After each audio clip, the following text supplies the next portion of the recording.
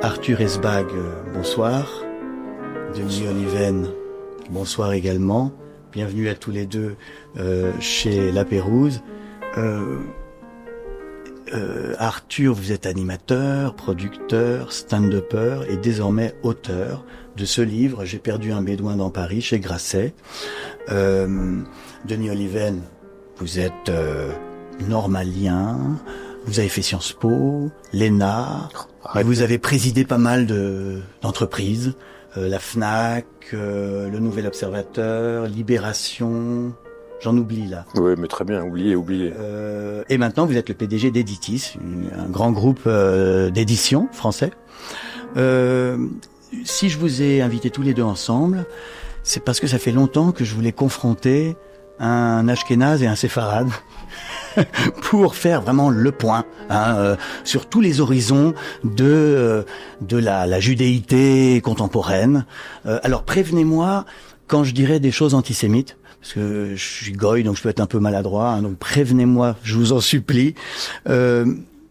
Normalement, le cliché... Vous connaissez la formule amusante de je ne sais plus qui avait dit « C'est quoi qu'un antisémite ? C'est quelqu'un qui déteste excessivement les juifs. » Donc si vous les détestez aimablement... Normalement, voilà, ça va. Non, le cliché sur les Ashkénazes, c'est que ils sont angoissés, ils sont pessimistes, ils sont un peu paranoïaques. Or, ce soir, c'est le séfarade qui est paranoïaque. Son livre, J'ai perdu un bédouin dans Paris, raconte une colère, une révolte face à ce que, Arthur, vous avez considéré comme une certaine indifférence au minimum. C'est pas de la parano. C'est de l'angoisse, c'est de l'inquiétude, mais c'est pas de la parano. Quand je parle d'antisémitisme, il y a des faits concrets, il y a des chiffres, il y a des... Mais non, mais parlons-en. Vous avez, en fait, qu'est-ce qui a déclenché l'écriture du livre? C'est juste après le 7 octobre? C'est le silence qui a suivi le 7 octobre. C'est-à-dire ce massacre qui est le plus grand massacre de Juifs depuis la Shoah, qui est passé comme une lettre à la poste. Personne n'en a parlé. Si, pendant 24 heures. Personne n'en a parlé. Il y a eu énormément. Non, très peu de gens. Et ça a duré 24 heures. Et l'empathie a vite changé de camp. Mais d'ailleurs, en ce moment, on vit la même chose avec l'Iran. C'est-à-dire qu'il y a une révolution en Iran. Personne n'en parle, quoi. Dans les médias, il y a une espèce de silence terrible.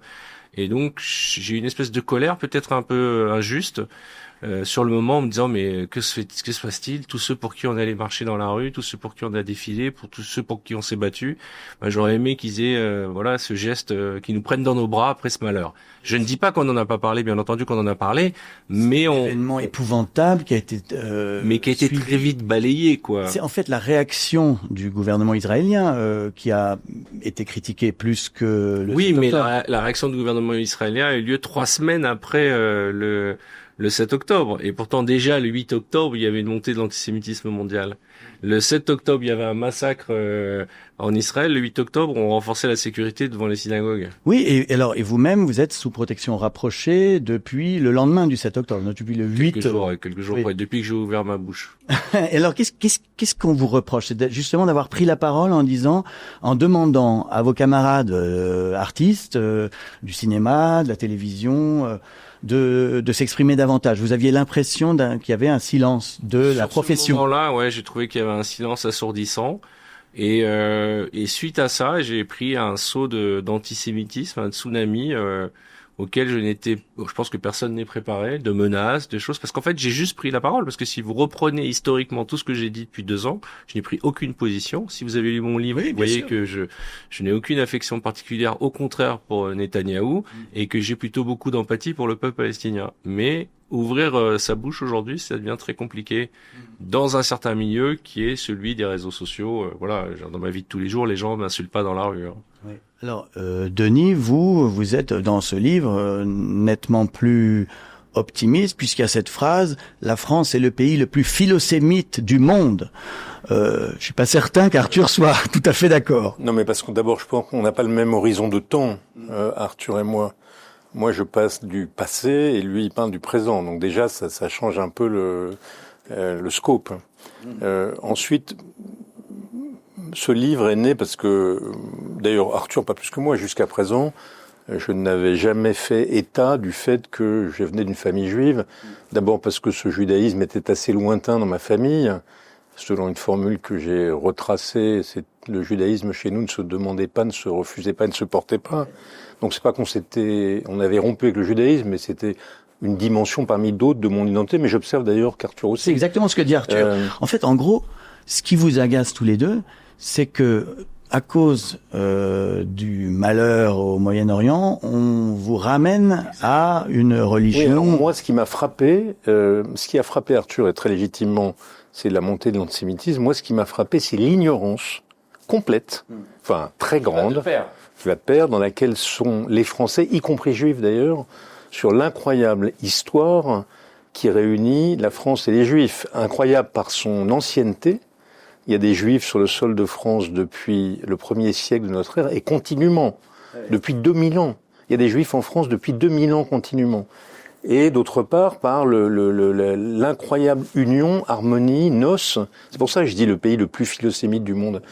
Il n'y a aucun pays au monde dans lequel se sont nouées des relations de cette nature, d'accueil des Juifs par une nation, et dans le sens inverse, d'assimilation. L'Amérique, quand même. L'Amérique, alors c'est vrai, l'Amérique je connais moins bien, mais l'Amérique d'abord c'est plus tardif, et ensuite c'est sur un modèle multiculturel. Mais en 1936, je vous donne 3 exemples pour que vous ayez ça en tête. En 1791, les Juifs ont été émancipés en France, ils sont devenus des citoyens de plein exercice, bien des décennies avant la plupart des autres pays. En 1848, il y a eu des ministres juifs dans le gouvernement de la République française. 1848, pas aux États-Unis. En 1936, il y a eu un premier ministre, un président du Conseil juif, Blum, pas aux États-Unis. Donc les États-Unis. Juste avant, il y a l'affaire Dreyfus. Tu me l'as enlevé de la bouche. J'allais le dire. Oui, mais l'affaire Dreyfus, mais je veux pas monopoliser le sujet. L'affaire Dreyfus, vous pouvez le voir de 2 manières. D'un côté, c'est la montée de l'antisémitisme, et très forte d'ailleurs. Mais de l'autre, il y a une affaire. Dans quel pays du monde se sont dressés des non-juifs, Péguy, Zola, Jaurès, et ont finalement triomphé, parce que Dreyfus a été innocenté, triomphé d'un appareil d'État, l'armée, le gouvernement. Et c'est le parti Dreyfusard qui a pris le pouvoir ensuite. C'est tellement vrai que l'affaire Dreyfus a déclenché l'émigration de Juifs qui venaient de Russie, de Pologne ou d'ailleurs vers la France, parce que c'est un pays dans lequel, d'abord, il y avait des capitaines juifs, c'était pas si fréquent, et 2, dans lequel accusés injustement, on pouvait les innocenter. Et donc c'est ça que j'ai voulu raconter, et sur lequel d'ailleurs, c'est cette histoire sur laquelle crachent ceux qui aujourd'hui sont ceux que dénonce que tu dénonces à juste raison, c'est-à-dire les avocats de l'antisémitisme nouveau. Parce qu'il y a, pour revenir à ce que tu disais et compléter ce que tu dis, il y a un truc qui est fou, c'est que il y a un conflit qui est à 4500 km de là, et à cause de ce conflit, on nous ramène à notre judéité. Et en plus de ça, on en souffre presque physiquement, puisque moi je suis menacé, des gens sont agressés, des gamines sont violées. Il y a plein de conflits dans le monde. J'ai pas entendu parler d'un Ukrainien à Paris qui soit fait casser la gueule ou d'un Russe qui soit fait casser la gueule. Tu vois, il y a plein de conflits, mais ce conflit-là déclenche quelque chose qui est à chaque fois qu'il y a un attentat ou un malheur concernant les Juifs dans le monde, la première chose qu'on fait, on protège les Juifs du reste du monde. Et d'ailleurs, je dois dire que je trouvais que vous exagériez un peu. Quand j'ai lu le livre, que j'aime beaucoup, je me disais, il est spécialement en colère, peut-être un peu trop. Et puis, il y a eu l'attentat de Sydney. Et quand j'ai vu arriver quand cette histoire est arrivée, un père et son fils qui tuent des gens sur une plage à Sydney, dont une fille de 10 ans, honnêtement, là, je me suis dit, en fait, Arthur, il est en dessous de la réalité. Mais cette chose-là peut se produire tous les jours. Mais il y a un an, il y a une gamine de 14 ans à Levallois qui a été violée uniquement parce qu'elle était juive et qu'on a considéré que parce que juive, elle soutenait le gouvernement de Netanyahou par des gamins de 14 ans. Mais évidemment, il y a eu Manchester aussi. Évidemment, je ne nie pas tout ça. Il a parfaitement raison.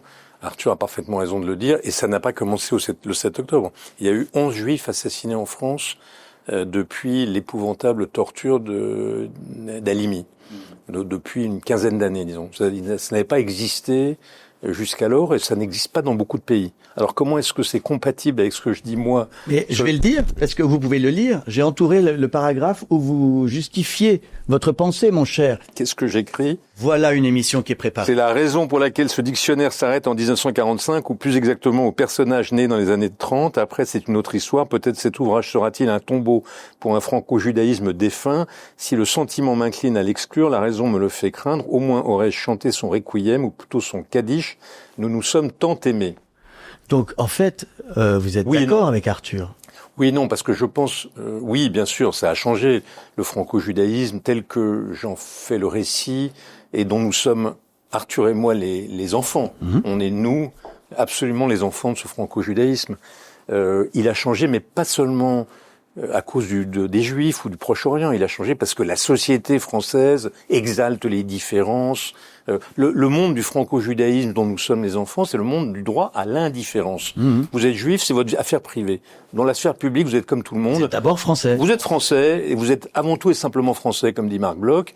Mais depuis lors, la société a changé. Elle exalte les différences, la marche des fiertés homosexuelles, le culte des minorités, les juifs comme les autres. Donc c'est ça qui change. Donc on voit, par exemple, quelque chose que ni Arthur ni moi ne connaissions quand on était jeunes, des jeunes gens et des kippas dans la rue. Ça n'existait pas. Bon, et c'est vrai de toutes les religions. Alors ça a changé. Mais vous croyez pas que c'est aussi quand même ce conflit en Israël? Bien sûr, il y a un autre sujet, c'est que 80% de la population française n'est pas concernée par cet antisémitisme.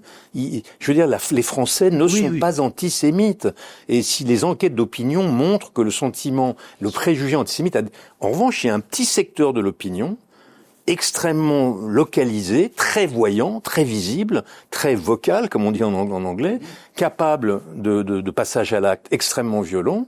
Et c'est celui-là qui pose un problème. Mais je pense qu'il faut absolument insister là-dessus quand on parle de la montée de l'antisémitisme. Ce qu'a décrit Arthur, les gens sur les réseaux sociaux qui l'emmerdent, les agressions dans la rue, les 2 gars de Sydney en Australie, c'est un petit secteur de l'opinion.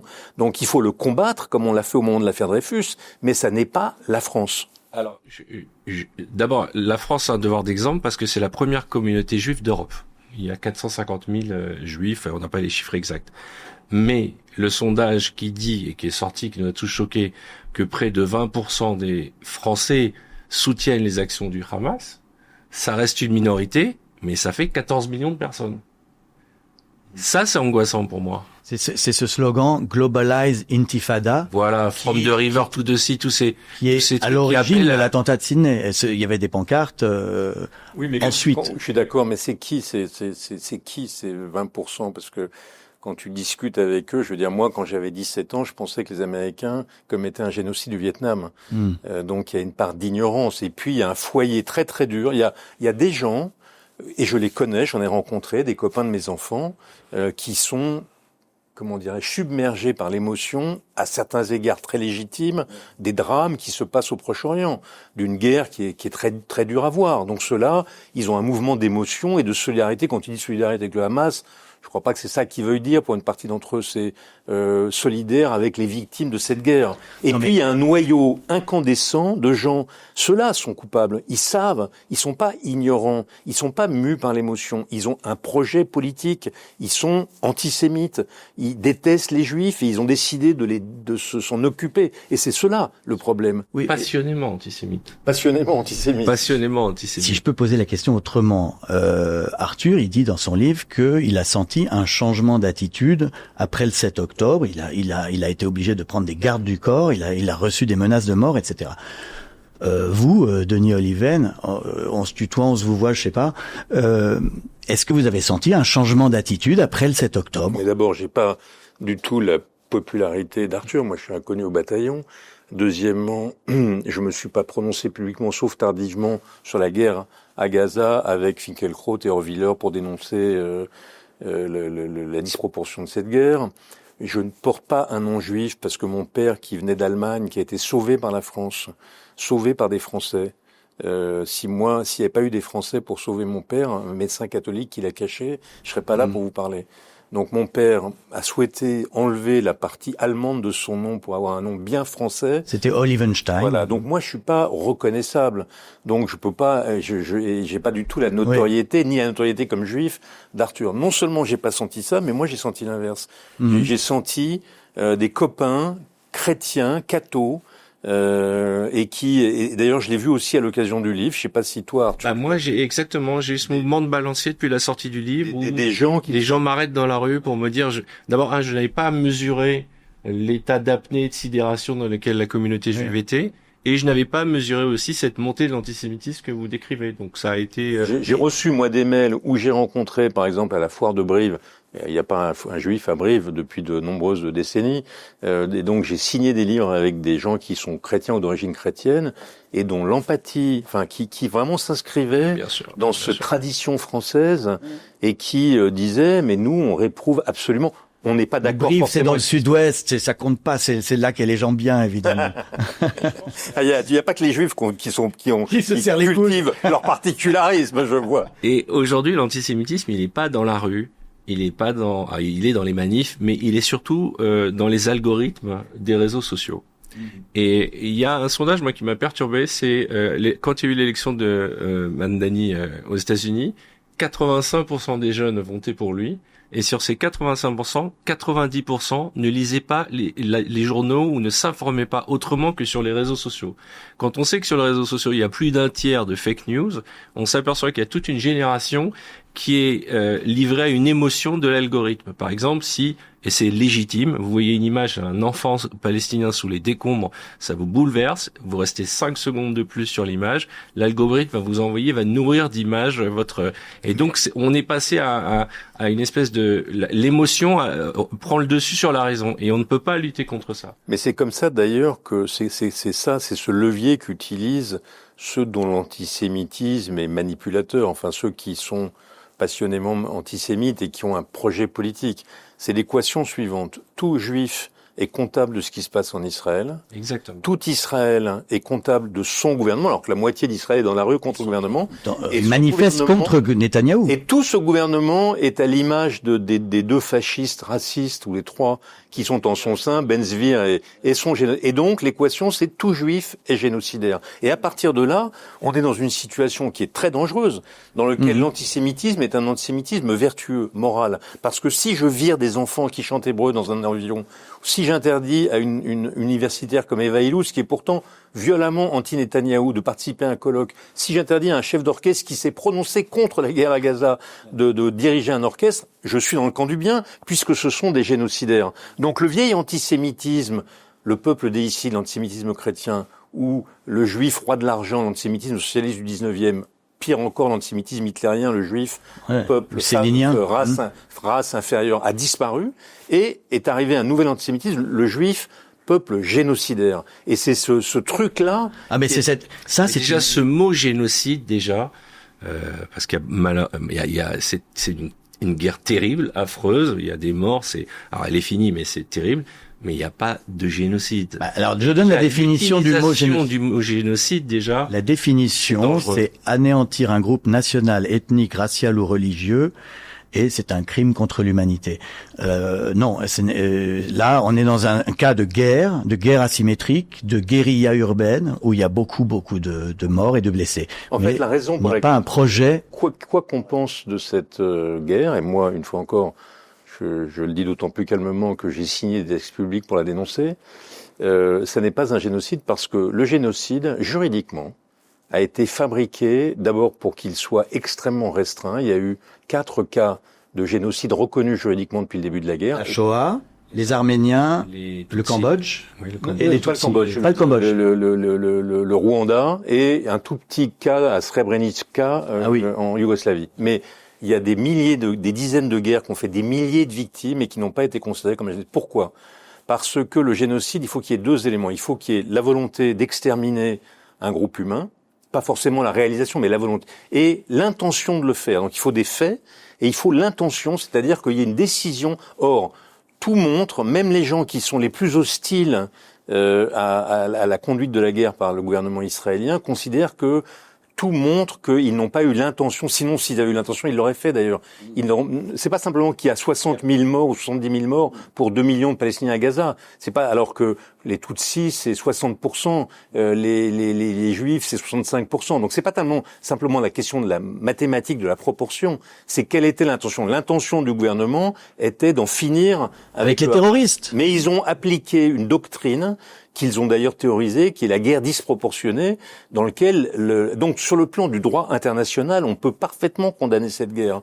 On peut d'ailleurs, il y a pas de crime contre l'humanité, mais il y a des crimes de guerre. Il y a peut-être des crimes de guerre, il y a en tout cas une riposte disproportionnée, on peut le penser, mais ça n'est pas un génocide. Un génocide, sinon si on utilise le mot génocide pour ça, on l'utilise pour tout. On l'utilise pour le Sri Lanka, on l'utilise pour le Darfour, on l'utilise pour la Syrie, et donc il est vidé de sa substance. Si tout est un génocide, rien n'est un génocide. Mais pourquoi est-ce qu'on utilise ce mot? Il y a une raison, c'est que l'État d'Israël a été créé après la Shoah, donc après un génocide, et donc c'est pour essayer de créer une équivalence, n'est-ce pas? C'est de disqualifier en fait l'État même d'Israël. Quand on traite l'État d'Israël ou les Juifs de génocidaires, c'est une façon. Le génocide, c'est le mal absolu. Donc ça te permet de vomir ton antisémitisme en toute liberté. Donc c'est la condamnation absolue. Je voudrais insister là-dessus parce que en effet, génocidaire, c'est pour dire vous êtes des nazis. Donc vous n'avez plus le droit d'exister. La blague du nazi sans prépuce de Guillaume Meurice. On va pouvoir dissoudre votre État qui est un État monstrueux. Mais ça, c'est pas parce qu'on condamne le mot génocide qu'on interdit la critique de la politique de Netanyahou. C'est pas parce qu'on condamne l'antisémitisme, moi je trouve légitime, et Arthur aussi, on peut avoir 1000 opinions sur le gouvernement israélien. Ce qui est antisémite, c'est de nier le droit à l'existence de l'État d'Israël au nom de ce que fait son gouvernement. Et ce qui est antisémite, c'est dans cette perspective d'utiliser des mots qui jettent de l'huile sur le feu au lieu de chercher une solution. Génocide, antisionisme. Antisionisme, c'est la formule moderne d'antisémitisme. C'est une guerre qui a démarré par une prise d'otages et qui s'est arrêtée net à la restitution des otages. Donc c'était bien la raison de cette guerre, c'était d'aller chercher les otages. Quel est le peuple génocidé qui refuse de rendre des otages et continue à subir un génocide? Non, alors cela dit, plusieurs questions. Le terme antisioniste, il y a des tas de grands penseurs juifs qui étaient antisionistes. Il y a des George Steiner a été contre l'idée d'avoir un État. Il préférait que être comme il disait, embrasser le monde. La diaspora avait une beauté à ses yeux. Et ça continue. Mais regardez-nous. Moi, il y a deux acceptions du mot sioniste. Il y a l'acception originelle. Sioniste, c'est ceux qui considèrent que le destin du peuple juif, c'est en Israël. Et il y a beaucoup de gens qui, de ce point de vue, ne sont pas sionistes. Moi, je suis pas sioniste. Moi, je considère que moi, je me sens français. Mon passé est français, mon avenir est français, et je ne me vois pas du tout vivre en Israël. Je ne connais qu'un seul peuple, c'est le peuple français. Je ne connais qu'une seule communauté, c'est ma communauté nationale. Je suis comme Aaron, comme Mendès, comme Blum et comme tant d'autres. Donc ça, voilà. Et il y a d'autres juifs qui étaient sionistes au moment de la création de l'État d'Israël, qui pensaient que leur destin, c'était d'aller vivre en Israël. Ils y ont été d'ailleurs. Dans le temps, le mot a changé de sens. Aujourd'hui, antisioniste, ça n'est pas ça. Antisioniste, c'est nier le droit à l'existence de l'État d'Israël. L'autodétermination. Donc c'est le droit à l'autodétermination. Et il y a toute une espèce de construction idéologique qui consiste à dire l'État d'Israël est un État colonialiste, blanc, suprémaciste. Il réinvente l'histoire de la création de l'État d'Israël. Donc aujourd'hui, moi, je suis obligé de me dire sioniste.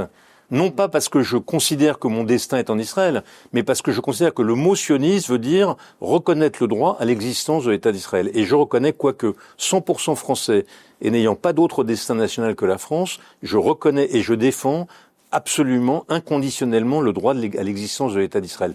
Il n'y a pas que des Juifs qui défendent le général de Gaulle, François Mitterrand, Jacques Chirac, Nicolas Sarkozy, Emmanuel Macron défendaient inconditionnellement le droit à l'existence de l'État d'Israël. D'ailleurs, c'est un droit positif créé par l'ONU. Donc, être aujourd'hui antisioniste, ça veut dire être hostile à l'existence de l'État d'Israël, et ça, c'est criminel. Arthur, avant le 7 octobre, vous aviez déjà noté un changement ou pas à partir, je sais pas, je pense par exemple à Dieudonné qui avait commencé dès les années 2000. Oui, Dieudonné, moi j'avais eu quelques petits soucis à une époque parce que Dieudonné, dans un de ses délires, avait dit que je finançais l'armée israélienne. Tout ça, parce que j'avais dû acheter 2 F-35 et ce qui est une débilité profonde. Et suite à ça, j'avais eu, quand j'avais démarré dans le One Man Show, beaucoup de manifestations pro-palestiniennes devant mes théâtres. Voyez. Mais ça s'était calmé. Mais c'est vrai que moi, l'antisémitisme que je le ressens toujours quand il y a eu l'intifada, dans des périodes de oui. pic, on va dire, de communication autour d'Israël, je le ressens et je le vis. Oui. Alors là, en ce moment, il est maximum. D'ailleurs, pour la petite histoire, ça va être diffusé sur les réseaux sociaux. Si vous voulez vraiment savoir ce qu'est l'antisémitisme, allez voir les commentaires de cette interview. Ah oui, ça. Non, mais là, vous allez. Je m'attends au pire. On va se régaler. Non, mais l'antisémitisme dont vous parlez, cette espèce d'antisémitisme d'extrême gauche, disons-le, pro-palestinien, décolonial et d'extrême gauche. Il est, pour vous, c'est une forme d'opportunisme, c'est un électoralisme, c'est d'aller chercher les voix d'une communauté. Comment on explique ça? Déjà, c'est important de dire, moi, l'antisémitisme d'extrême droite, je l'ai connu il y a 35 ans au début de ma carrière. C'était des gars qui découpaient des lettres et qui t'envoyaient un courrier anonyme, et c'était ceux qui étaient encore dans ce fantasme: les juifs contrôlent les banques, les juifs contrôlent les médias, les juifs sont partout. Mais là, on est vraiment, je pense, et je l'ai dit déjà, moi, il y a plus de 2 ans, on a basculé vers un antisémitisme d'extrême gauche, quoi. Ce qui est fou. C'est ce que dénoncent des gens comme Richard Malka, comme Raphaël Toven. Ouais. Quand on regarde les enquêtes d'opinion, il y a une radiographie en 2024 très très intéressante sur l'antisémitisme en France. Il y a 65% des Français qui n'ont pas de préjugés antisémites. Pas. Il y a 25% des Français qui ont des préjugés antisémites. On pourrait discuter, parce que c'est quoi des préjugés antisémites? Moi, par exemple, le gars qui a sauvé mon père, est-ce qu'il avait des préjugés antisémites? Probablement. Mais c'est comme le vieil homme et l'enfant. Mes grands-parents qui ont caché des juifs pendant la guerre et qui étaient ils avaient probablement des préjugés mondainement antisémites. Mais son humanité était bien plus forte que c'était un antisémitisme de préjugés général, théorique. Humainement, il était pas antisémite, il a protégé des enfants juifs. Donc il y a 25% qui ont des préjugés, mais qui, très important, réprouvent la violence contre les juifs et même s'en inquiètent. Dans cette population, il y a les électeurs d'extrême droite. Les électeurs d'extrême droite sont surreprésentés. Donc il reste un électorat d'extrême droite qui a cet antisémitisme de préjugés. Complot, judéo-maçonnique. Exactement, mais plus ou moins accusé. Oui. Et il y a une partie de la communauté arabo-musulmane, pas la majorité, une minorité, mais importante, 40%. Versus 25% pour la moyenne. Mais quand même, la majorité de la communauté arabo-musulmane s'est débarrassée de ces préjugés. Et puis, il y a les 10% dont je parlais qui ont des préjugés et acceptent ou souhaitent la violence antisémite. C'est le cœur du sujet. Et là, c'est qui? C'est les électeurs d'extrême gauche. Massivement. Ouais. C'est des jeunes de moins de 24 ans, problème majeur d'éducation et à mon avis aussi d'émotions liées au Proche-Orient.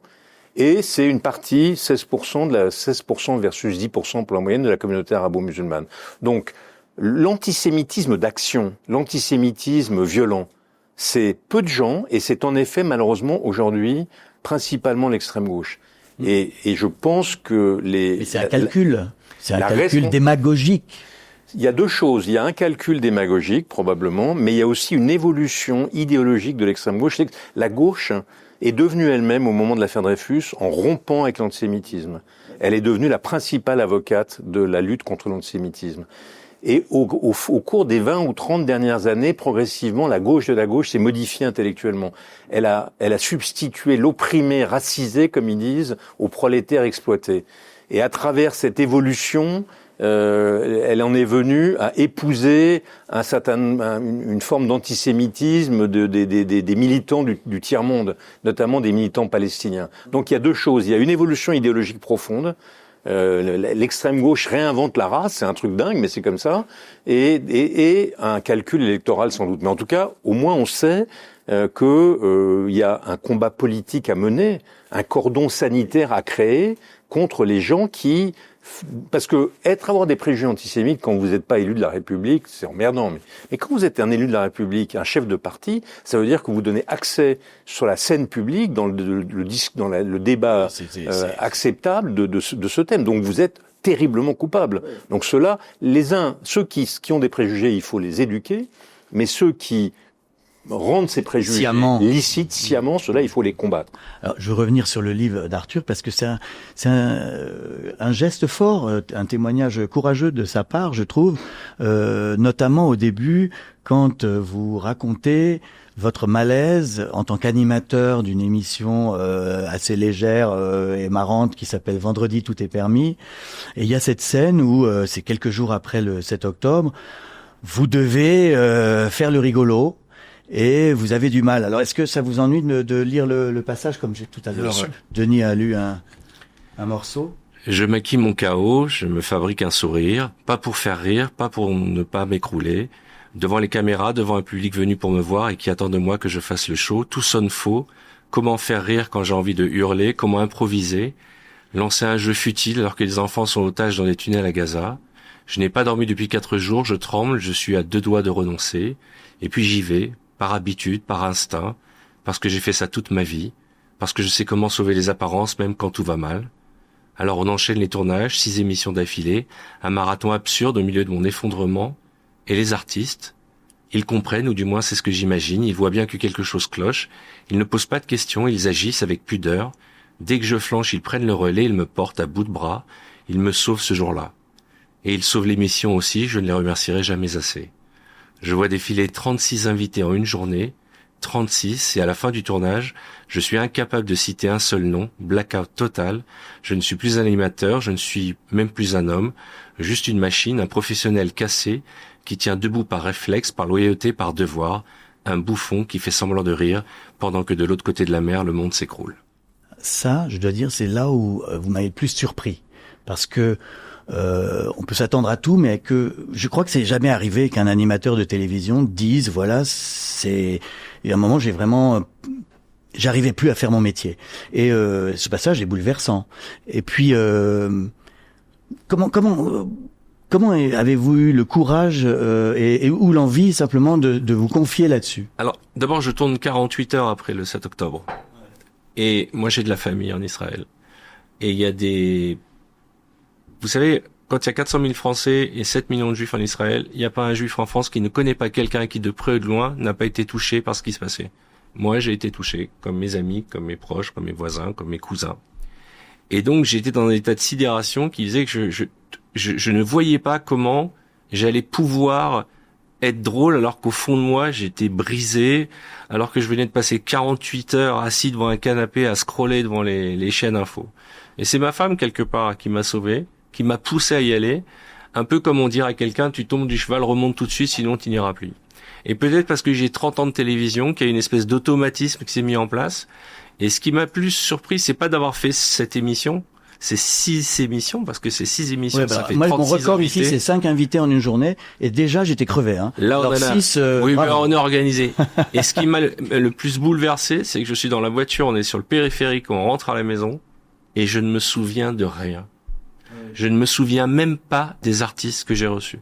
J'étais comme un robot. Et je pense que mes équipes techniques ont senti qu'il se passait quelque chose, que j'ai pas du tout évoqué ça sur le plateau. La prompteuse m'envoyait les bons mots. Et puis les artistes sentaient que j'étais pas bien. Alors peut-être dans leur tête, ils se disaient, il a un chagrin d'amour, peut-être qu'il a un problème personnel. Personne n'a fait le lien avec l'actualité. Et donc, il y a eu cette espèce d'élan de générosité qui m'a bouleversé. Il y a et ça, j'ai eu déjà. envie de l'écrire. Oui. Parce que on a l'impression que être un entertainer, c'est un truc qui arrive comme ça, qui est naturel. En fait, c'est du travail. Et dans mon cas, ce jour-là, ça a été une douleur terrible. Non, mais parce que il y a une chose qui est d'arriver à assurer les émissions dans une période terrible. Mais écrire un livre et oser dire, moi, animateur, j'en ai parfois marre de faire le clown. C'est vous qui dites bouffon, hein. Ouais. C'est pas moi. Est-ce que vous êtes en train de changer aussi? Est-ce que par exemple, vous en avez peut-être un peu marre? Je ne sais pas. Alors la chance que j'ai, c'est que je ne tourne pas souvent. On a l'impression que je suis tout le temps à la télévision, mais je tourne pratiquement tous les 3-4 mois. C'est une technique que j'ai mis en place il y a quelques années, d'abord parce que je suis chef d'entreprise et que j'aurais pas le temps de tourner toutes les semaines. Donc je tourne, par exemple, cette émission Vendredi tout est permis, en une semaine, je tourne une année. Ah oui. Ouais. Donc ce qui me laisse le temps de retrouver le désir pour l'année suivante. Mais c'est vrai qu'après la sortie du livre et après les discussions que j'ai avec vous, avec d'autres, j'ai l'impression qu'il se passe quelque chose. C'est l'approche de la soixantaine. Exactement. Je suis en train de faire ma crise de la soixantaine. Je porte des lunettes. J'essaie de parler intelligemment. Mais ça m'a, en tout cas, je m'attendais pas d'abord à ce succès-là, et je m'attendais pas à la réaction. 70 000 exemplaires déjà vendus. Incroyable. La réaction des lecteurs. Mais ce qui me surprend le plus, c'est les ventes à l'étranger. Ça veut dire. Non, mais parce que c'est jamais arrivé en fait. Un animateur star qui prend la parole comme ça, je crois pas sur ces sujets-là en tout cas. En fait, je pense aussi qu'il a exprimé, qu'Arthur a exprimé. Enfin, c'est comme ça que je l'ai lu. C'est comme ça que je l'ai ressenti. Il a exprimé quelque chose d'une manière sensible, simple et facile à lire et auquel on peut s'identifier, qu'ont ressenti tout un tas de Français plus ou moins juifs et qui ont, comme lui, vécu très difficilement cette période. C'est ce que disent les gens, d'ailleurs. J'ai fait beaucoup de dédicaces que j'avais jamais fait de ma vie. Et les gens me disent, vous avez mis des mots sur nos mots, MAUX, et tu sens que ça leur a fait du bien de se dire, finalement, j'étais pas le seul. Voilà. Et je précise, pour réduire le nombre de commentaires haineux, que vous écrivez noir sur blanc, que vous pleurez à égalité un enfant juif et un enfant palestinien. C'est important de le préciser. C'est dans le livre aussi, hein. C'est marrant parce que ce passage-là, qui est un passage que vous savez, moi, je crois que autour de cette table, je suis le seul à être allé à Gaza. Moi, j'y suis allé 20 fois dans ma vie. 20, 30 fois, je sais pas, je suis allé jouer au foot à Gaza, je suis allé manger des glaces, c'était très bonnes les glaces à Gaza. Moi, j'étais à Gaza. Ah oui, J'y suis allé parce qu'avant 2006, on pouvait y aller. Il y avait un pauvre petit barrage, en 2 minutes tu rentrais. Moi, j'ai eu l'occasion de rencontrer Mahmoud Abbas, de discuter avec lui, lors d'un voyage officiel du président Sarkozy. Donc, je connais cette région. Donc, celui qui n'a pas de peine quand il voit un enfant mort, quelle que soit son origine, et c'est un monstre. Donc j'ai exactement la même empathie. Je peux en rajouter, moi quand j'avais un fils, qui est jeune fils, et qui était virulemment pro-israélien, et je sais pas d'où ça lui sortait, un retour du refoulé sans doute. Et donc j'ai trouvé tellement violent que j'ai organisé un voyage avec un copain à moi, je l'ai emmené à Ramallah. Et on a passé une soirée, c'était le soir, je m'en souviens toute ma vie, de la reconnaissance de l'État palestinien par l'UNESCO. Et on a passé une soirée avec 2 types de l'entourage, de l'OLP, qui avaient été des négociateurs d'Oslo. Et il est revenu, il a raconté ça ensuite, il est revenu changer, évidemment, dans son rapport avec ce qui se passe au Proche-Orient, mais changer radicalement dans son rapport avec le monde. C'est celui que je connais? Non, c'est le plus jeune. Ah non, parce qu'il y en a un de vos fils qui sort avec une Palestinienne. Qui a épousé une Palestinienne. Donc c'est aussi un message d'espoir. C'est peut-être ça la solution. Oui, non, c'est pour ça que moi j'ai épousé des Palestiniennes. Mais parce que le fond du fond, c'est pour ça que je déteste les gens qui mettent de l'huile sur le feu, les gens qui crient au génocide, parce que moi j'ai été profondément bouleversé par ce qui se passait à Gaza après les événements. Après, au bout d'un moment, la guerre, à mes yeux, est devenue complètement illégitime et disproportionnée. C'est ce que pensaient aussi des centaines et des centaines d'anciens officiers supérieurs de l'armée d'Israël. Pour moi, Israël n'a de sens que s'il demeure un État juif, et être un État juif, c'est un État fidèle à l'élan moral, à l'humanisme, qui est l'apport du judaïsme à l'humanité, surtout après la Shoah. Donc, c'était terrible pour moi. Mais je suis la preuve vivante, si j'ose dire, dans ma propre famille, que la paix, on doit se battre pour la paix, parce que la paix est porteuse de positivité pour tout le monde. Je veux dire, les Palestiniens et les Israéliens, s'ils vivaient en paix, feraient de cette région du monde l'une des plus belles régions de la planète. Donc, tous les gens qui ne parlent pas pour la paix, mais dont les propos peuvent avoir pour incidence de jeter de l'huile sur le feu, d'augmenter les haines anti-communautaires, de créer des passions violentes et négatives, ces gens-là, à mes yeux, sont disqualifiés. Quand un type monte sur la scène, prétend défendre des Palestiniens, mais porte un discours de mort, de guerre, de violence, de haine, celui-là, il est disqualifié à mes yeux parce que c'est pas vrai qu'il défend les Palestiniens. De toute façon, on est entré dans une ère où il n'y a plus du tout de nuances. Et déjà, si on avait expliqué que ce n'était pas une guerre entre Israël et le peuple gazaoui, mais l'armée israélienne contre un mouvement terroriste, ça aurait peut-être changé un petit peu l'image de ce conflit. La deuxième chose, c'est que pour moi, je considère que libérer le peuple gazaoui du Hamas, c'est la plus belle chose qui peut arriver pour la paix. Et c'est ce qui est en train d'être fait en ce moment. Mais qui l'explique? Vous avez depuis le 13 octobre, il y a le cessez-le-feu. D'accord? Eh bien, aujourd'hui encore, je lisais dans la presse, ces mecs continuent à parler de génocide. C'est-à-dire qu'il y a des gens qui veulent entretenir, il y a Greta Thunberg avec son chapeau qui continue, ils veulent entretenir. J'ai l'impression que certains voudraient amener ça jusqu'au municipal. C'est vrai, Arthur, mais inversement, il y a aussi en Israël des gens, des illuminés du grand Israël, messianistes, conquérants, notamment au pouvoir, et violents, qui se maintiennent au pouvoir racistes, grâce à la guerre. Mais et je sais que tu les détestes. Mais je sais, mais ce que je veux dire, c'est que pourquoi demander à juste Israël d'être un État parfait? Il est imparfait, et je l'écris. Mais il faut avoir de la nuance. C'est-à-dire qu'on peut soutenir et aimer Israël et être sioniste comme je le suis, et ne pas être en accord du tout avec Netanyahou, qui est impardonnable. On peut dire que le Hamas est un mouvement terroriste, qui martyrise sa société, et être en empathie totale avec le peuple gazaoui. Mais cette nuance, elle est perdue. C'est-à-dire que, et en plus, quand je dis ça, je me fais attaquer par les juifs et par les non-juifs. Moi, je suis allé en Israël, à Jérusalem et à Tel Aviv, et j'étais frappé. Tous les Israéliens que j'ai rencontrés étaient contre le pouvoir, étaient contre le gouvernement. Et ils disaient que le gouvernement se maintenait en place justement en faisant durer la violence. Ils sont contre le pouvoir. Il y a une grande majorité des gens qui sont contre le pouvoir. D'abord parce que ce pouvoir attaque les règles démocratiques de l'État d'Israël, ses libertés, l'indépendance de sa cour de justice, de sa cour constitutionnelle, etc. Premier point. Et deuxième point, parce que beaucoup ont considéré que sa gestion du conflit, notamment des otages, était inappropriée. En revanche, qu'il y a Puis même la gestion du 7 octobre, c'est une catastrophe. 7 octobre. C'est un très grave échec des services secrets. C'est à la fois normal quand on a subi ce qu'ils ont subi, mais dont il faut espérer qu'il ne sera pas durable. C'est le camp de la paix a diminué en ferveur, c'est le moins qu'on puisse dire. Beaucoup d'Israéliens, je ne leur jette pas la pierre, c'est pas moi qui ai subi le 7 octobre. Beaucoup d'Israéliens se sont dit, s'ils sont capables de bousiller les gens des kibboutz qui étaient les plus favorables à la paix, alors on n'a plus aucun espoir. Ils vivent un peu, une bonne partie de la population vit un peu ce qui s'est passé comme on aurait vécu les nazis en Allemagne. Donc on est au lendemain, donc voilà, il faut être un peu patient parce que tout ça va avec le temps va se résorber. Mais les voies de la compassion, de l'empathie et de la fraternité vont se renouveler. Mais pour l'instant, c'est vrai que on n'en est pas là. Les gens n'expliquent pas que 40 semaines, moi je vais souvent en Israël parce que j'ai beaucoup de familles là-bas, 40 semaines avant le 7 octobre, il y avait des centaines de milliers de gens dans la rue contre le gouvernement de Netanyahou. Oui. Je veux dire, et pourtant au même moment, il y avait des roquettes qui pleuvaient tous les week-ends dans le sud d'Israël.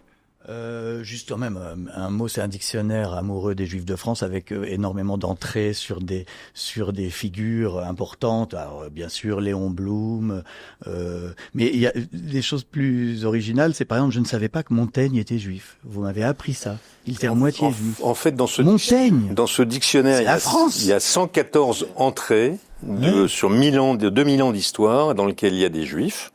Blum, vous l'avez dit, Citroën, que sais-je. Sarah Bernard. Il y a des Français d'origine juive et qui se sont illustrés au service de la nation, Montaigne, Proust, Nostradamus, même s'ils étaient plus juifs, c'était leurs parents ou leurs grands-parents qui l'étaient. Et puis il y a des non-juifs, depuis Abélard jusqu'à Sartre, en passant par Péguy, Michelet, Pascal et d'autres, qui se sont illustrés tout au long du temps par une forme d'aménité, d'amitié, de fraternité à l'égard des Juifs, qui pour moi est l'expression du génie français.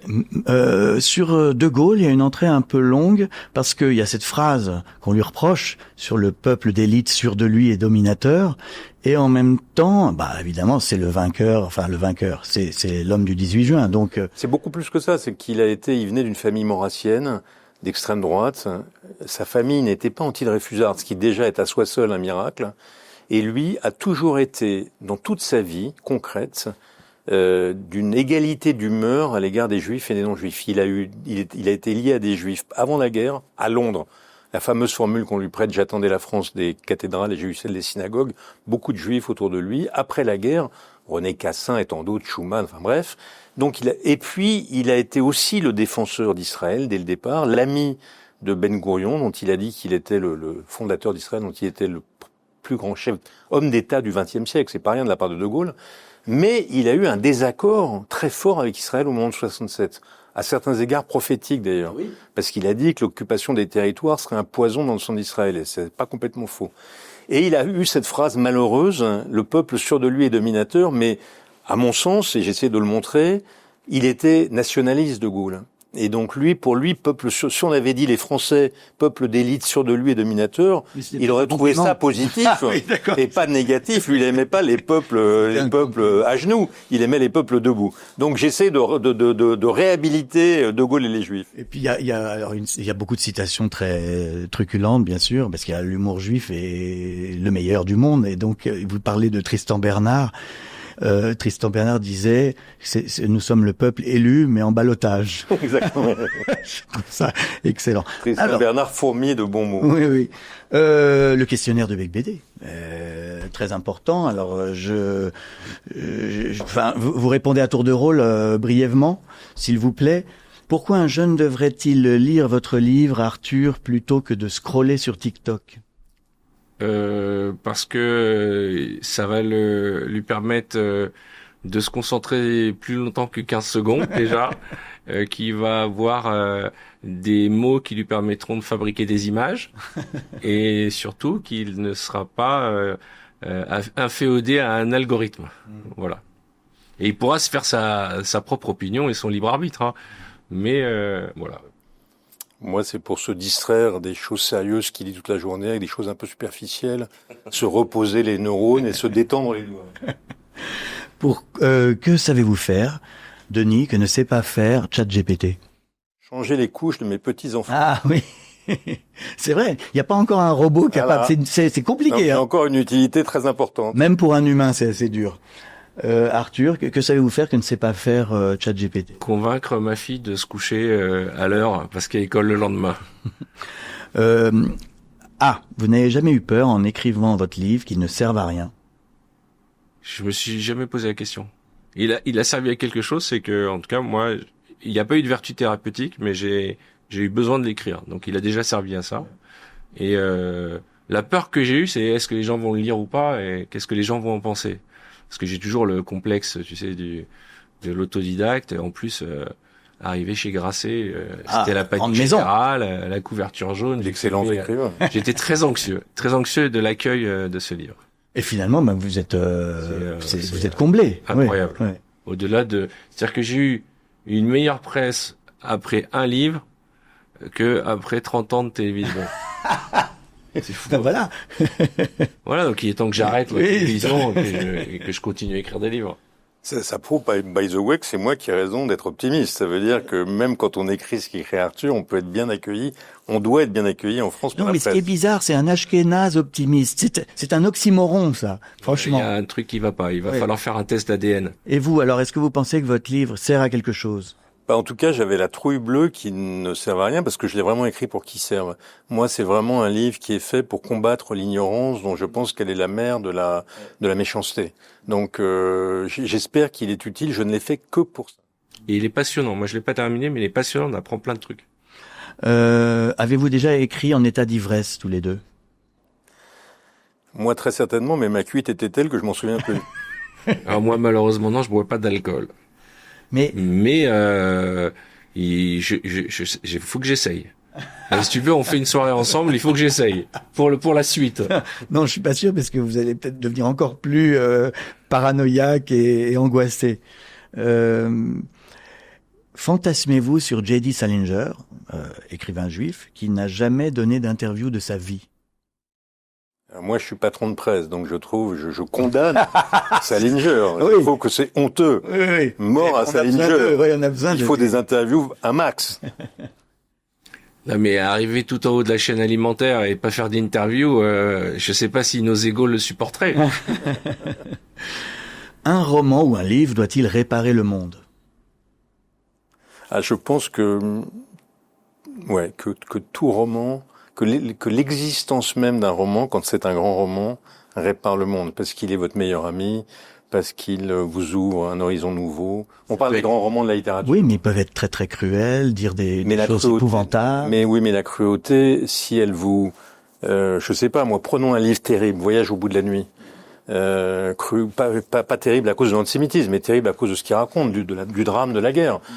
D'abord, vous sortez transporté, réformé, modifié, et puis vous détestez la guerre. Donc c'est un livre cruel qui répare le monde.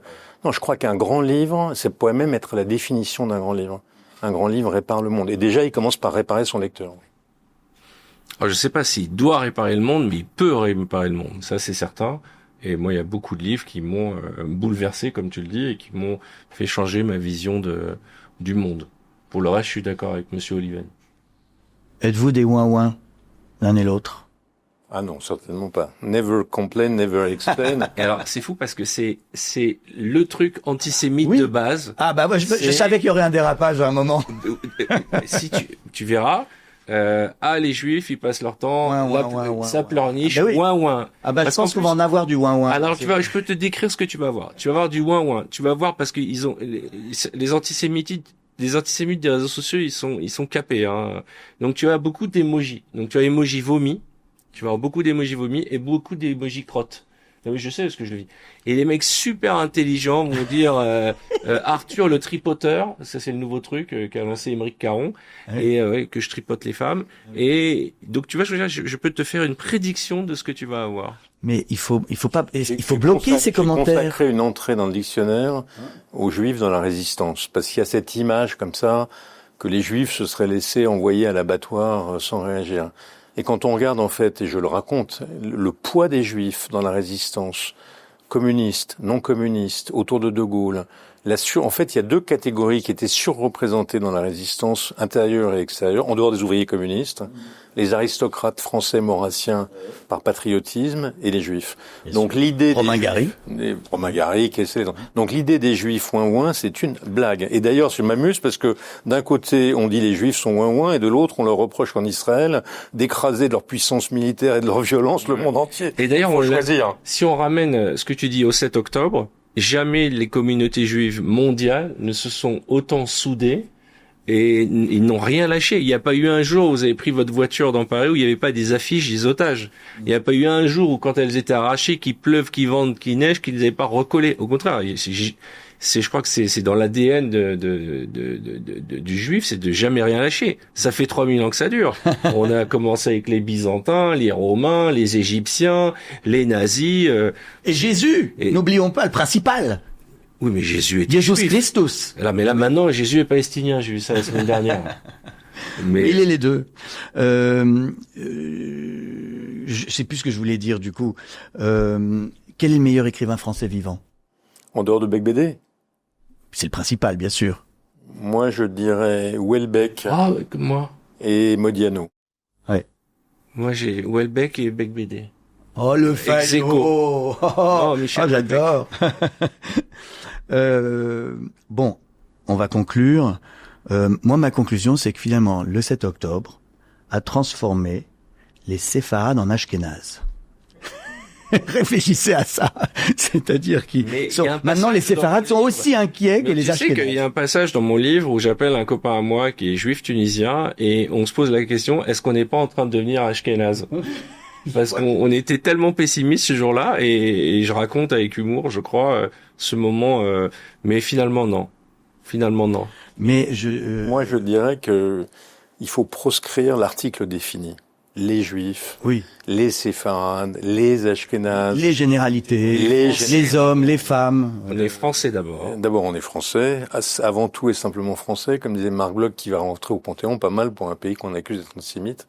Et par ailleurs, le judaïsme en France, au-delà du fait qu'ils sont d'abord français, c'est une série d'origines très variées. Il y a au moins 5 familles. Et en dessous de ça, c'est des destins sociologiques différents. Si vous prenez par exemple le rapport avec Israël, je parle même pas du rapport avec la religion, et le rapport avec Israël, vous allez trouver un camailleux qui va d'antisionistes virulents, malheureusement, à des pro-Ben-Zvir ou Netanyahou très forts, avec toutes les nuances qui sont celles d'ailleurs de gens qui ne sont pas juifs. De même qu'aux États-Unis. De même qu'aux États-Unis. Philip Roth, on n'a jamais vraiment su s'il était antisémite, philosémite, contre Israël ou pour, et c'est ça qui est intéressant. Il complique les choses. C'est qui disait, je suis Premier ministre d'un pays qui compte 6 millions de présidents. C'est pareil pour la France d'ailleurs, hein, je pense. Merci infiniment. Donc je conseille à tout le monde de lire le Dictionnaire amoureux des Juifs de France de Denis Oliven aux éditions Plomb. J'ai perdu un bédouin dans Paris d'Arthur Esbag chez Grasset. Et je voudrais dire, pour finir, une phrase que j'ai trouvée dans votre livre, qui est un slogan sublime, après l'atrocité qui est arrivée à la rave Nova le 7 octobre. Il y a ce slogan « We will dance again ». Bonsoir.